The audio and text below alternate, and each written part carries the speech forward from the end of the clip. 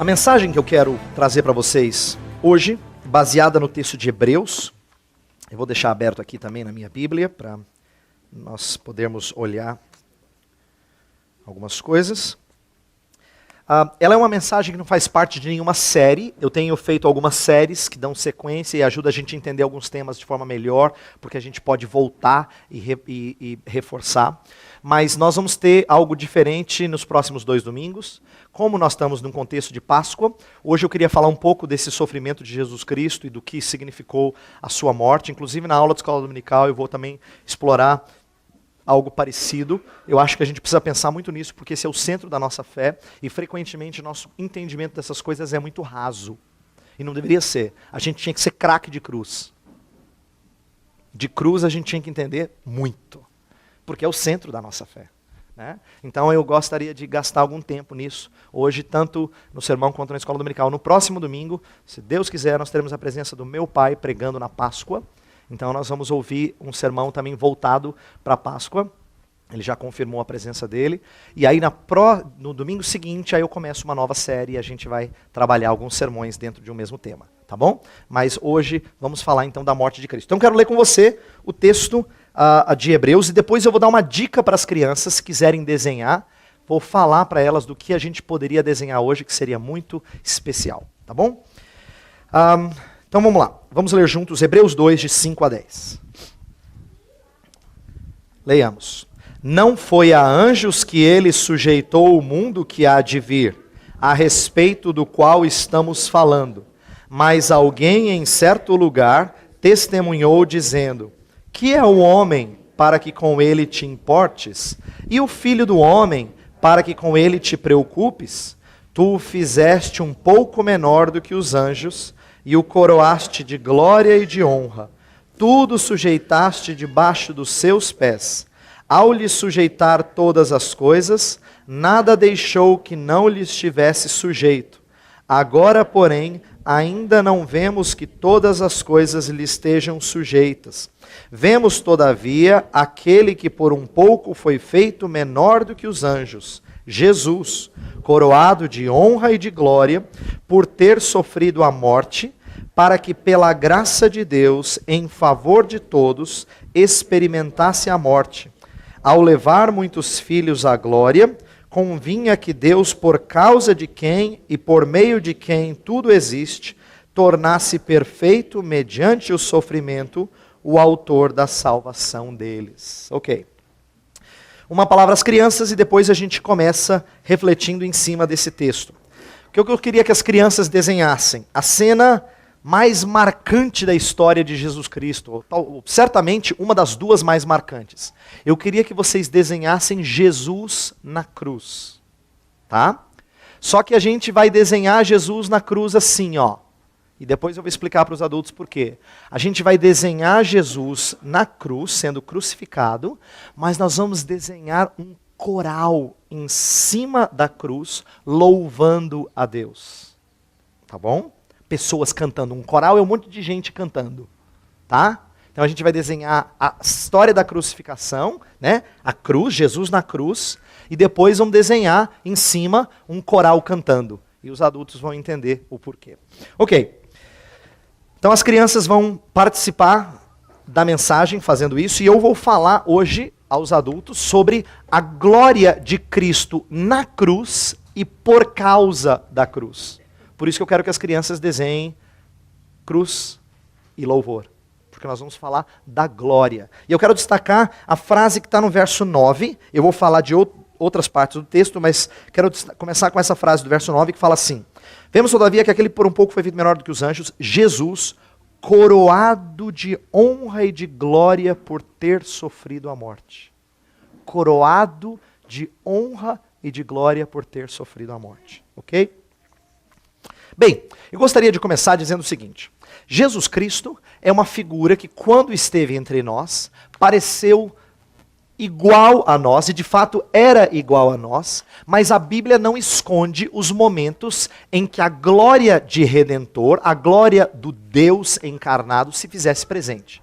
Imagine o seguinte: seria a mesma coisa que um abajur ligado na sala da sua casa e você lá colocasse um pano em cima para ofuscar aquela luz. Mas quando a luz é forte, ou quando você levanta o pano um pouquinho, ele mexe, já é o suficiente para entrar mais luz na sala do que você tinha planejado.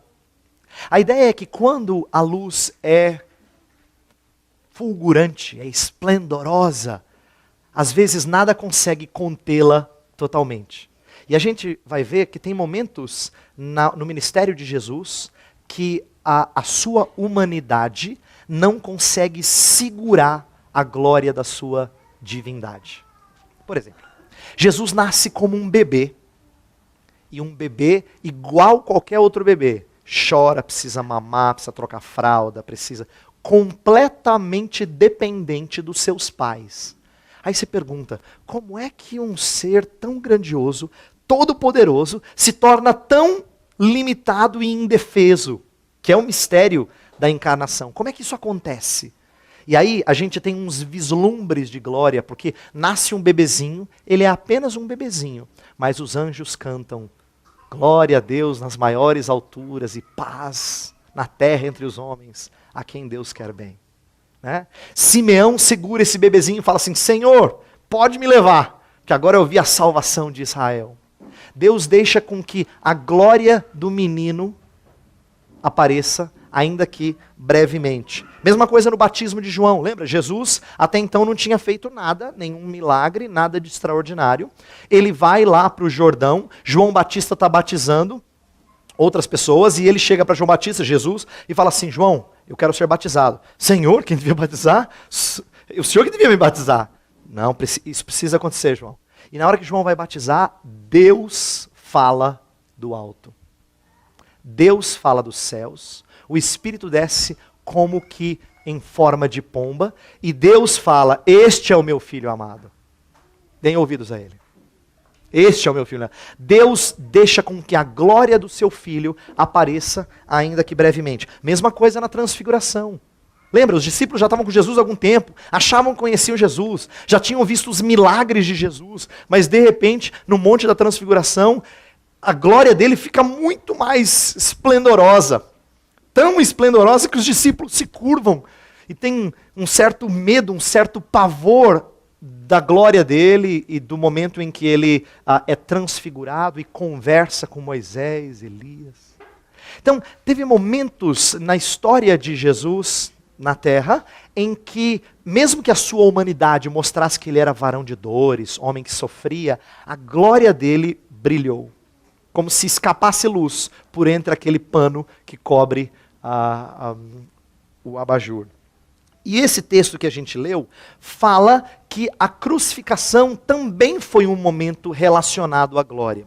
Eu quero argumentar que existem momentos na história da última semana de Jesus, pouco antes dele ser crucificado, e mesmo quando é crucificado, que são momentos de glória. Agora, presta atenção, por que isso é estranho para a gente? Cruz é um exemplo de tremenda vergonha, e a Bíblia diz que é. Não é só uma ideia que as pessoas têm. A Bíblia fala assim, maldito é aquele que é pendurado no madeiro. Então, como é que a cruz pode ser momento de glória, se a Bíblia diz que é momento de maldição? Meu argumento vai ser que, mesmo sendo um momento de maldição, Deus não vai deixar com que a glória do seu Filho fique completamente, vamos dizer assim, apagada, ofuscada, escondida. Ele vai deixar com que ela brilhe em alguns momentos. Eu quero destacar 3 momentos em que a glória de Cristo brilha, mesmo em meio a muito sofrimento. O primeiro deles é na conversa de Jesus com Pilatos. Eu acho que você lembra dessa conversa. Jesus está lá com Pilatos, Pilatos está tentando interrogar Jesus e achar motivo de incriminá-lo. Jesus não dá a resposta que Pilatos quer ouvir. Pilatos fica até irritado algumas vezes, né? Parece que Jesus não responde o que ele está perguntando. E em certo momento, Pilatos cansa, chega para as pessoas que estão lá aguardando a condenação de Jesus e fala assim, eu não acho nele crime algum.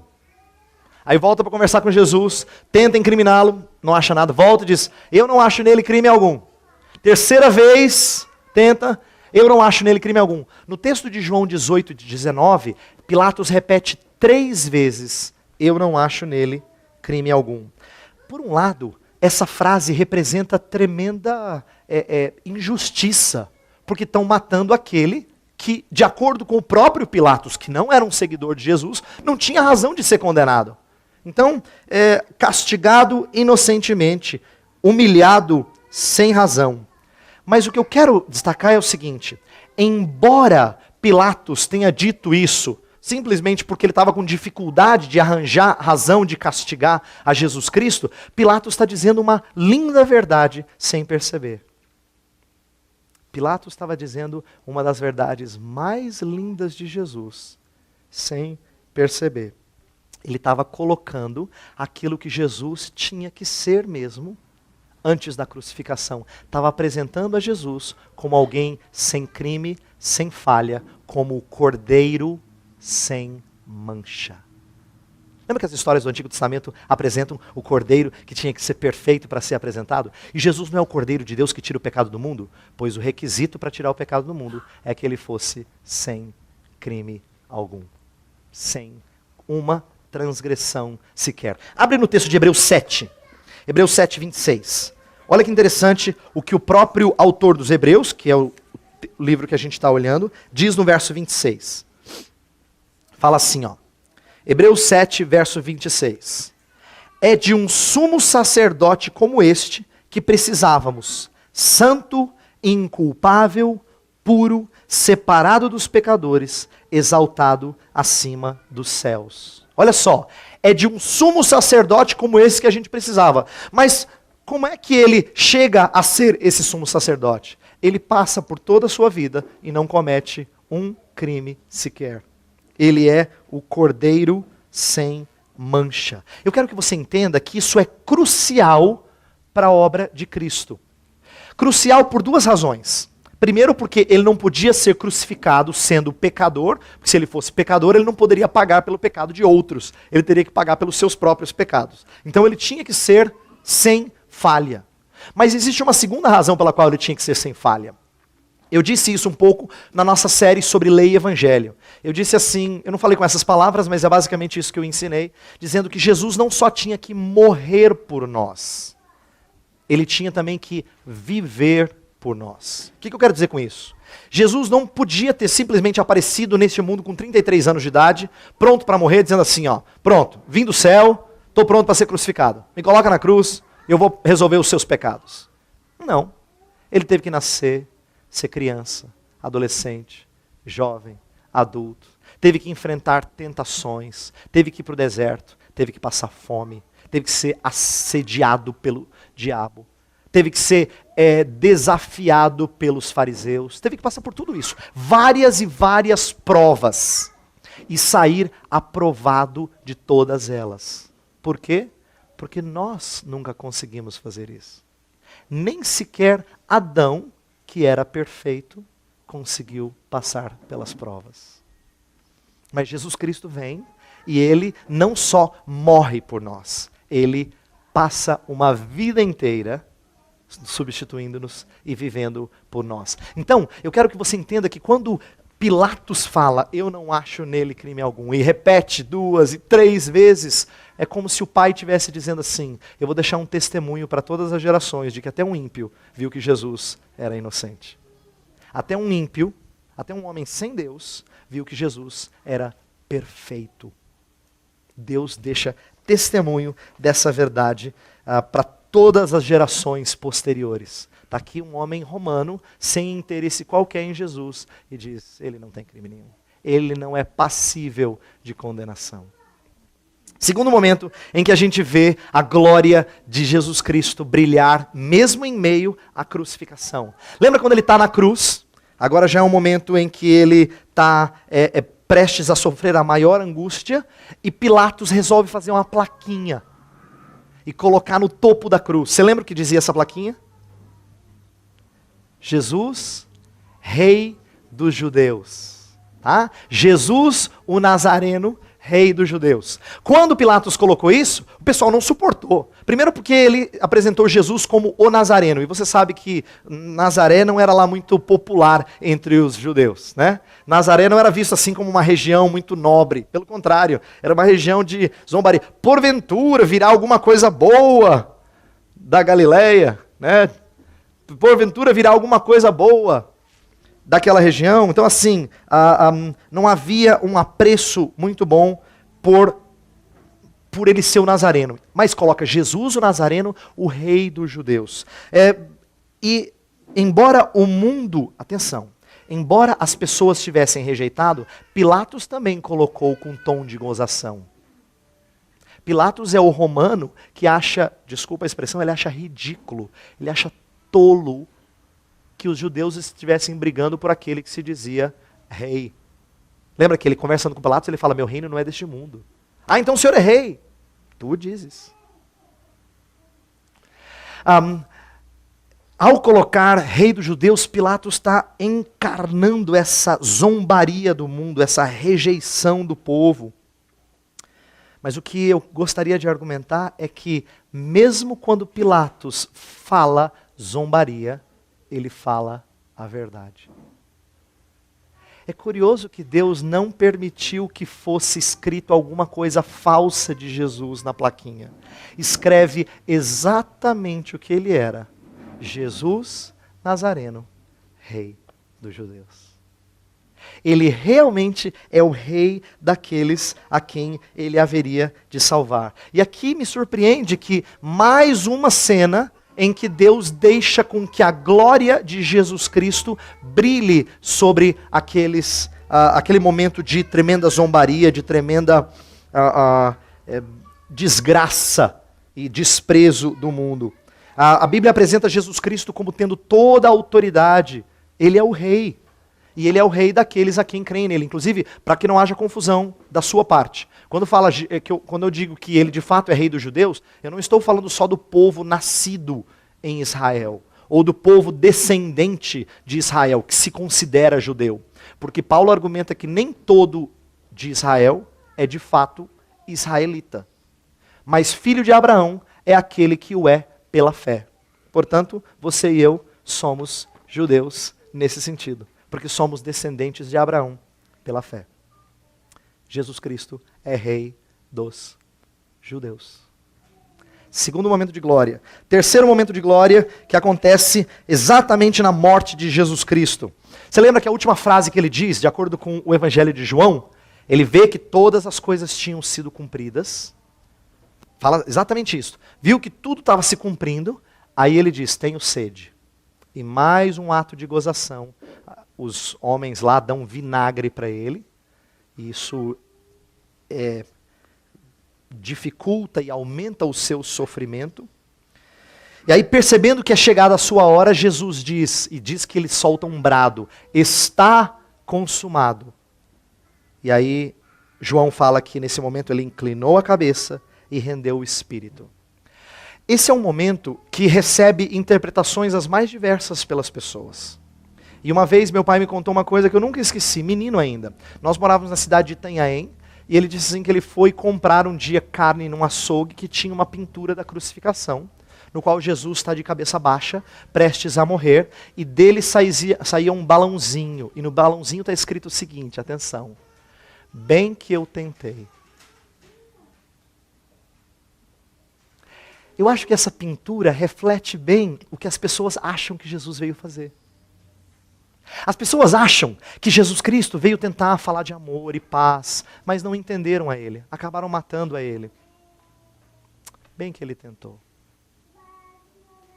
Essa perspectiva de derrota é exatamente o que as pessoas acham de Jesus. Eles acham que ele é um mártir, que é alguém que veio ensinar coisas que as pessoas não entenderam. Tentou, mas não deu certo. Enquanto que a palavra de Deus coloca um olhar muito diferente dessa frase. Por exemplo, quando ele expirou, quando ele morre, diz que houve trevas sobre toda a terra. Trevas a ponto de gerar assim um pavor nas pessoas. Trevas porque representavam a ira de Deus sobre o seu filho. que substituía a cada um de nós que cremos nele. Então, aí o ponto é, em meio a tantas trevas, depois de ter sido rebaixado ao ponto de morrer como os ladrões morriam, será que houve glória em dizer está consumado? E a Bíblia diz que sim. Houve glória de Redentor. A palavra está consumado, na verdade, é uma palavra do contexto comercial e econômico. Significaria alguma coisa assim, está pago, está quitado, né? Igual a gente fazia, antigamente era mais comum em vendinha assim de bairro que a gente comprava fiado e marcava lá no caderninho, o dono do comércio marcava no caderninho, depois você vinha lá e quitava, né? A ideia é que Jesus Cristo quita, Ele paga tudo que nós devíamos. Então, nesse momento, Jesus não está dizendo, bem que eu tentei, como aquele quadro. Ele está dizendo, missão cumprida. Paguei. Agora eu posso expirar. Agora eu posso morrer. E sabe que algumas coisas espetaculares acontecem. Os evangelhos falam assim que, na hora que Jesus morre, o véu se rasga de cima e embaixo. Isso me surpreende toda vez que eu lembro do que significa isso. Só para você ter uma ideia, no templo que Herodes tinha aumentado, aquele templo glorioso, bonito, que tinha sido reformado, era grande. E o véu que separava o santo lugar do santíssimo, do santo dos santos, não era um véuzinho, não pensa que era seda. Dizem alguns que era um tecido grosso.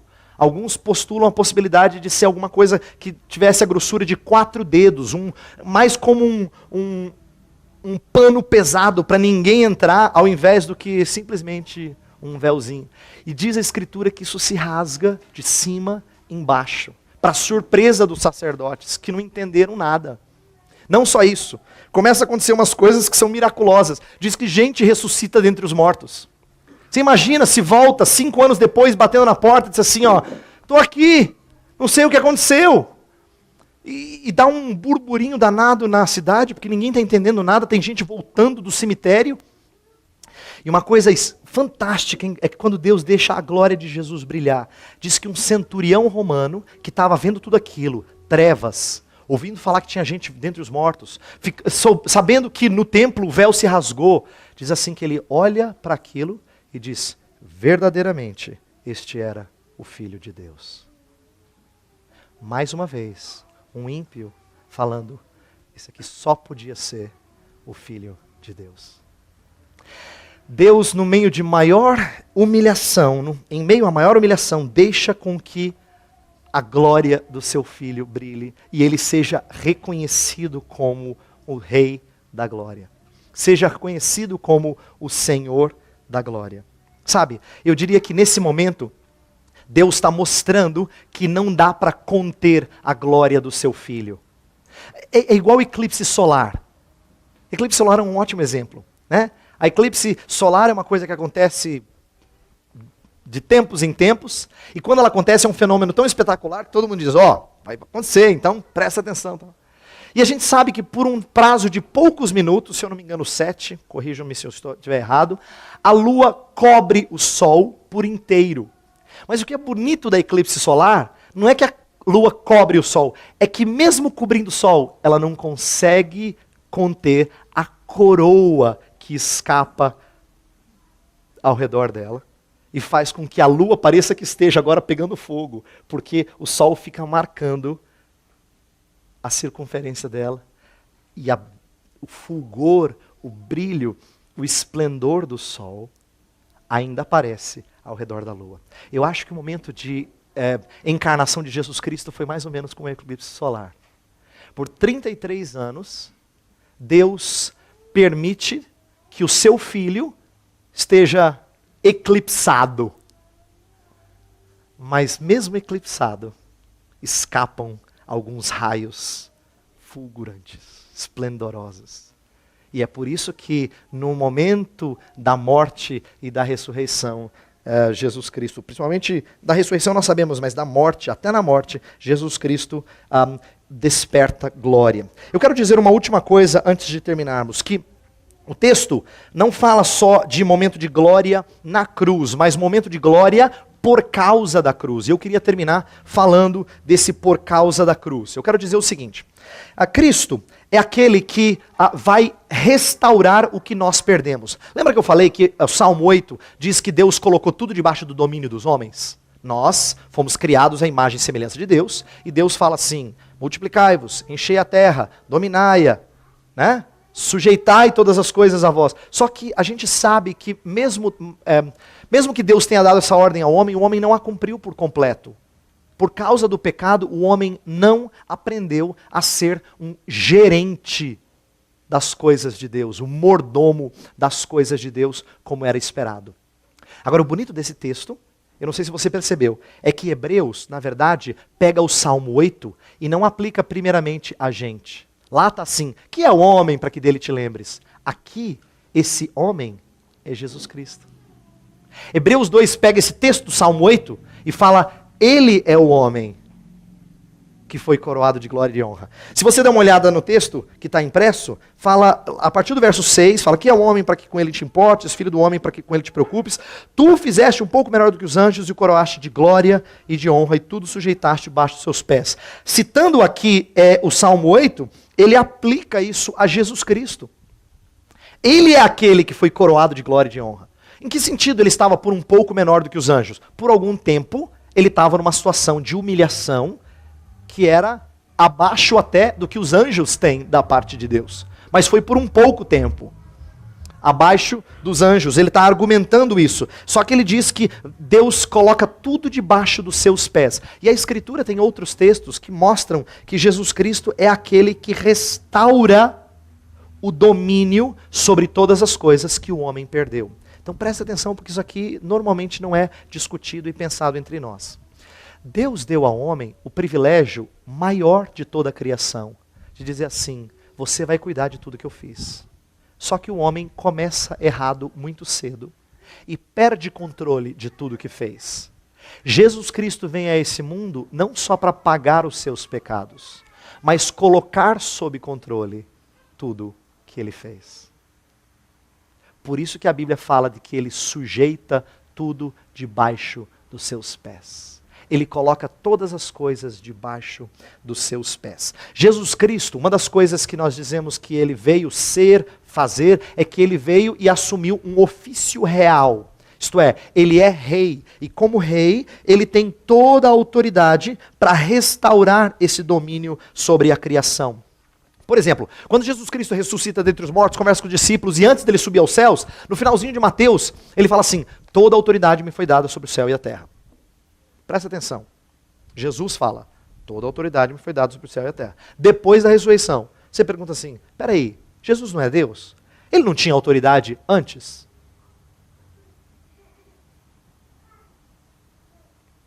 Porque nós não aprendemos a discernir a autoridade que ele recebe como quem conquistou isso na cruz.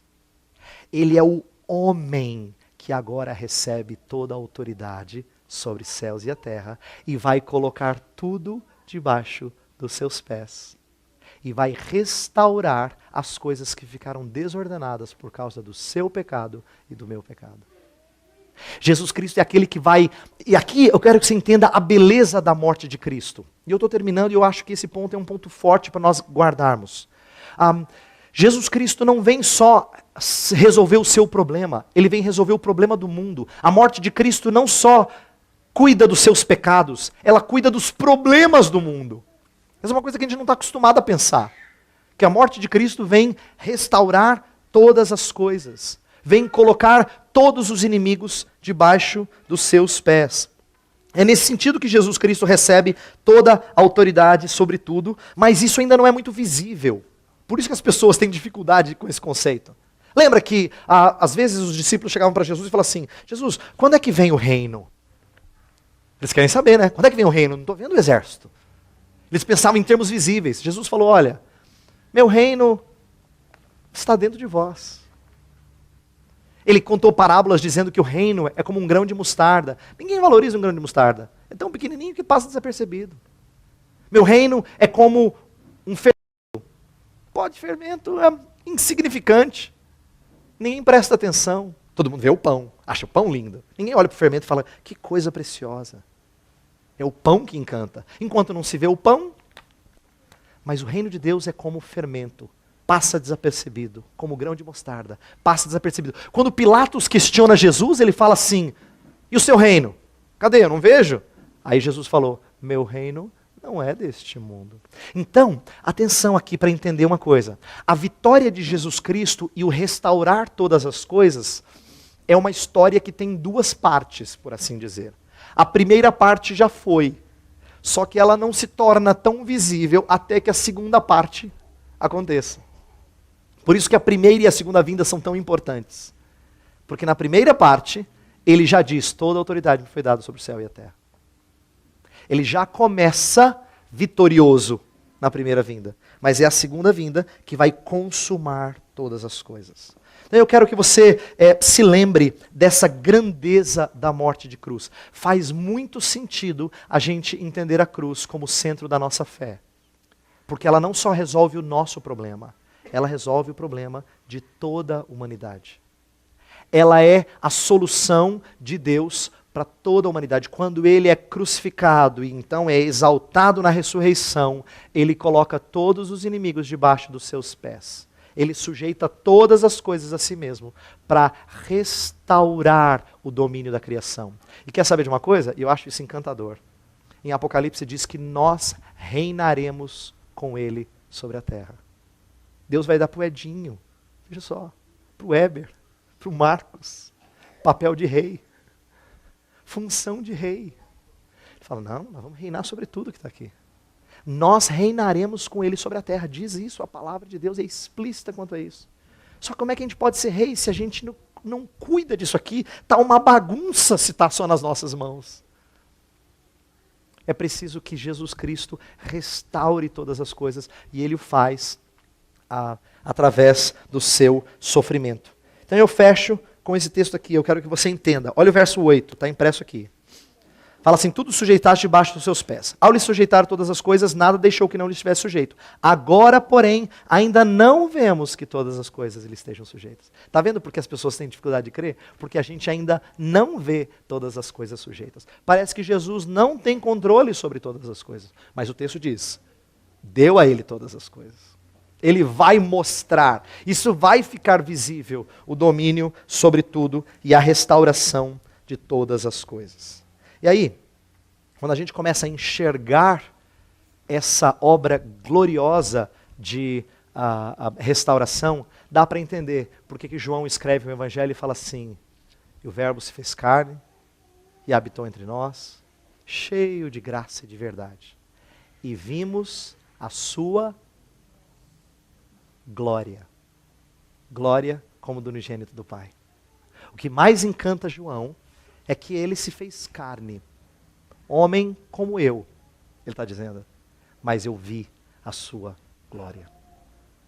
Eu vi a sua glória. E o evangelho de João inteirinho é um evangelho para mostrar a glória de Jesus. Esse termo é recorrente. Aparece de novo e de novo e de novo. A glória de Jesus Cristo. João é encantado pela glória de Jesus. Eu queria que a gente olhasse nessa semana para a história da Páscoa, para a crucificação e ressurreição de Cristo, e visse que nesses atos, não só na ressurreição, mas inclusive por causa da crucificação, Deus deixa com que a glória do seu Filho brilhe. Esse é o momento em que o mundo está festejando doces, né? E nossos filhos são impactados com isso.